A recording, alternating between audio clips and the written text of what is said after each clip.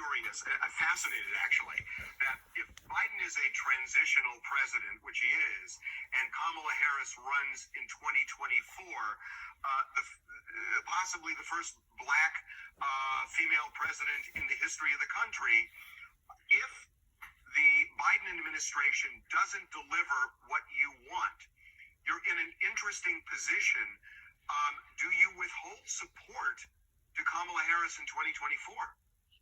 Well, yeah, I think you look at whoever the Democratic nominees are, and you begin to invest in individuals who actually have your best interests at heart. I mean, we obviously were living in a situation that was imminent threat. You had to get rid of Donald Trump. He just could not be the president of the United States anymore. And so we had a situation where we had to vote against him. But that day is over. We're now in a time that when the Democratic nomination period comes up again, we may have to make a different choice. I hope that that is not the case. I truly want to believe that Kamala Harris, Vice President-elect Kamala Harris, is going to work really hard, one, to reckon with some of the issues in her past, and also because she's really been on a listening tour, gathering information and trying to understand the intricacies of the issues that Black folks are dealing with across the nation.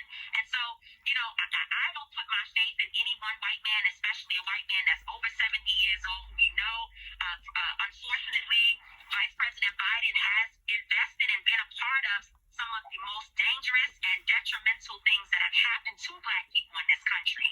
But I do believe that we can all grow, we can all evolve, and I hope this is a moment when we're going to see something different happen, especially if we win the 2 Senate seats in Georgia. Now, I will say that when you think about the issue of Kamala Harris and what she will or will not be able to accomplish, you're going to have to start talking about sexism, which I would argue is almost worse than, maybe worse than, racism in this country. And so whether or not, even if she does a great job, the idea that she's going to be able to win the presidency is still an uphill battle for us when we look at how women are treated in this country. ADOS family, you hear that bullshit? I was always skeptical of Tamika Mallory. I always thought that she was a race hustler, and it's obvious that she is. I mean, the fact that she talks about sexism is worse than racism, no, it's not. It's not. We know that Black people were treated worse than anybody in this country, whether it be by race or gender or whatever you say. Black people were treated worse than anybody. So by no means is that factual. And then she talks about Kamala Harris is going to do things differently. She's going to do things for the Black community. Kamala has already stated on tape in a famous interview that she's not going to do anything for the Black community. She said no. And see, I noticed something about these bootlicks, these Black imposters, these frauds that get on TV and talk all this Black talk. I noticed that they always talk about the problem. They always talked about the effects, but they never talk about the causes of the problems. They never talk about how to solve the causes of the problems. But this is her bread and butter. This is their bread and butter, to get on TV and give racial cover to these racist ass Democratic candidates like Joe Biden and Kamala Harris.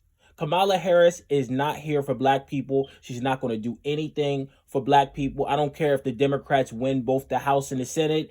If they get the Senate, nothing's going to change for Black people. What she should have said to the interviewer is that we are going to give the Democrats a list of demands. We're going to tell them that if you don't do this, and the other, that we're not going to come out and vote for you unless we work together on a Black agenda and reparations. You are going to lose the next election. That's what she should have said. But again, she is a bootlick. She is an imposter. She talks all this Black talk, raising her fist and all this stuff, but then she says some stupid shit like this, saying that sexism is worse than racism.